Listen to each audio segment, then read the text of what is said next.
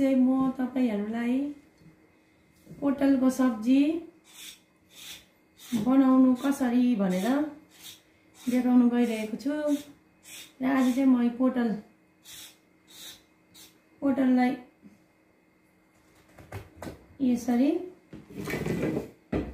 खुर्किएर बाहिरको पतला लेयरलाई मात्रै खुर्किनु पर्छ। अब यो छिपिएको छ भने चाहिँ यसलाई निकाल्नु पर्छ है, यसको गुदीलाई बिस्तारै छिपिएको कलिलोलाई चाहिँ यतिकै हाल्न सकिन्छ। अन्त यसलाई चाहिँ यसरी बीचबाट काटेर कतिले फेरि यो गुदीलाई पनि मिक्सर ग्राइन्डरमा पिसेर ग्रेभी बनाउनु हुन्छ। मलाई चाहिँ त्यो ग्रेभी फेरि त्यति मन परेन, किनकि पोटल भर्तामा मात्रै त्यो मिक्सर ग्राइन्डरमा पिसेर यसकै मसला सिटा हाल्दाखेरि राम्रो हुन्छ। यस्तो सिम्पल बनाएकोमा चाहिँ राम्रो हुँदैन, गुलियो गुलियो टेस्ट आउँछ। यो चाहिँ यसरी काटेर है, यसको चाहिँ गुदी छैन रहेछ। गुदी नभएकोलाई चाहिँ हामीले सिधै काट्न सक्छौं यसरी।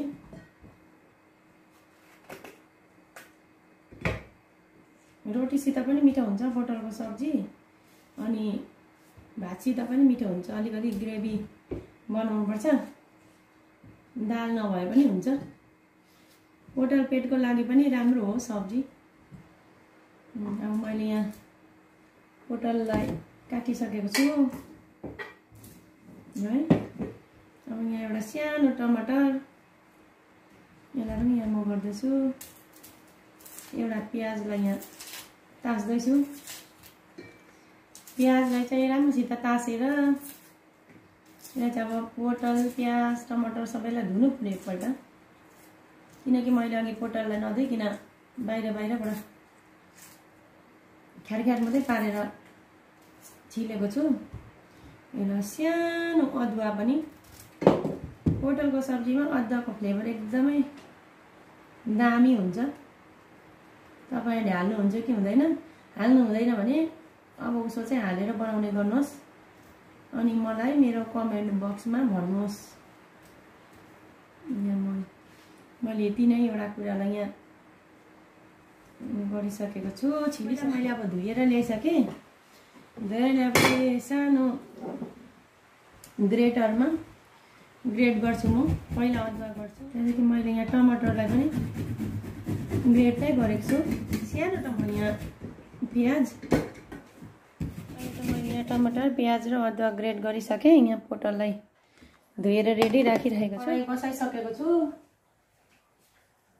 अब म पोटल भाज्नुको लागि चाहिँ हल्का फ्राई गर्नुको लागि चाहिँ मैले यहाँ कराई बसाएँ। म देखाउँदैछु, अब तपाईहरुलाई हेर्दै जानुहोस्, सिक्नुहोस्, मेरो जस्तै तरिकाले बनाउनुहोस्। म यहाँ पोटल मात्रै गर्दैछु र तपाईहरुले यसमा आलु पनि मिलाउन सक्नुहुन्छ।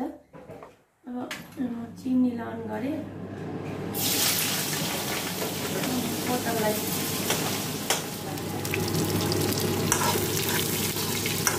मेरो पोटललाई यसरी पोटललाई भाजिसकेँ। पोटल चाहिँ अब साह्रै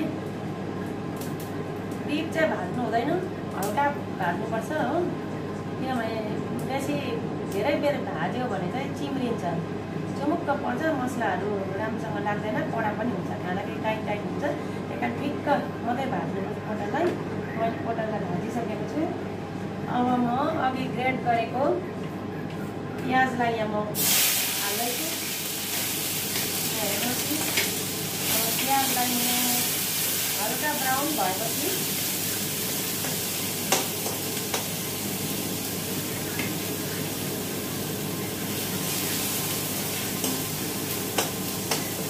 प्याजलाई फेरि यतिकै छोड्नु हुँदैन।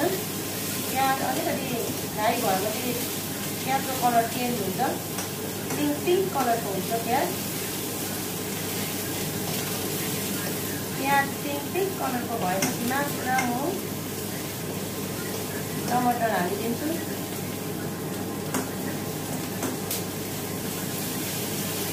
अदुवा र टमाटर म सँगसँगै हालिदिन्छु। अदुवालाई म एकछिन पछाडि हाल्छु, टमाटरलाई अलिकति अगाडि नै हालिदिन्छु।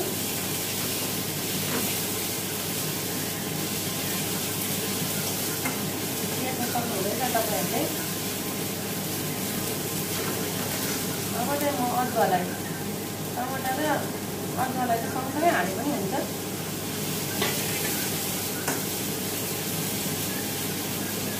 जब यसरी तेल छोड्नु थाल्छ, तेल छोड्नु थालेपछि चाहिँ म यहाँनिर अलिकति हर्दी हालिदिन्छु। यसरी अलिकति हर्दी हाल्नुपर्छ। अन्त अलिकति जिरा पाउडर, त्यहाँदेखि तपाईँहरूले हाल्नु सक्नुहुन्छ आफ्नो स्वाद अनुसार कतिको पिरो खानुहुन्छ। चिली पाउडर, त्यहाँदेखि तपाईँहरूले यसलाई मजाले फ्राई गरिदिनुहोस्। तपाईँहरूले अलिकति पानी हाल्न सक्नुहुन्छ, जसमा चाहिँ तपाईँहरूले अब कतिको ग्रेभी खानुहुन्छ पोटललाई है। अब पोटल त आधा उधी त पाकिसकेको छ, फ्राईमै पाकिसकेको छ।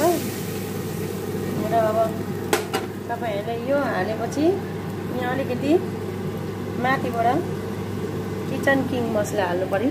तपाईँहरूले पोटल पनि हालेर माथिबाट नुन हालेर चलाउँदैछु। र यसरी राम्ररीसँग चलाएपछि चाहिँ यस्तो हुन्छ है। यसको मसलाको ग्रेभीमा चाहिँ अब यो लो फ्लेममा ग्यासलाई ठुलो खोल्नु हुँदैन, सानो आँचमा चाहिँ अब यसलाई छोपिदिनुपर्छ। मैले यसरी छोपेर अब 5 मिनटपछि चाहिँ रेडी हुन्छ। मेटेर पोटलको कलर चेन्ज भएर चाहिँ यस्तो भइसकेको छ, एकदम ब्राउन कलर छ। परेर चाहिँ यतिकै निकालेर खाँदा हुन्छ, खानुको लागि रेडी भयो। तर अब ग्रेभी मन पर्नेले चाहिँ अलिकति ग्रेभी हालेर पनि खान सक्नुहुन्छ। चिसो पानी नहालेर तातो पानी हाल्नु होला, किनभने चिसो पानी हालेपछि सब्जीको टेस्ट सबै खतम हुन्छ। तातो पानी हाल्नुहोस् तपाईँहरूले। पोटलको सब्जी रेडी पनि भयो। हाम्रो पोटलको सब्जी पाकेर पनि रेडी भयो।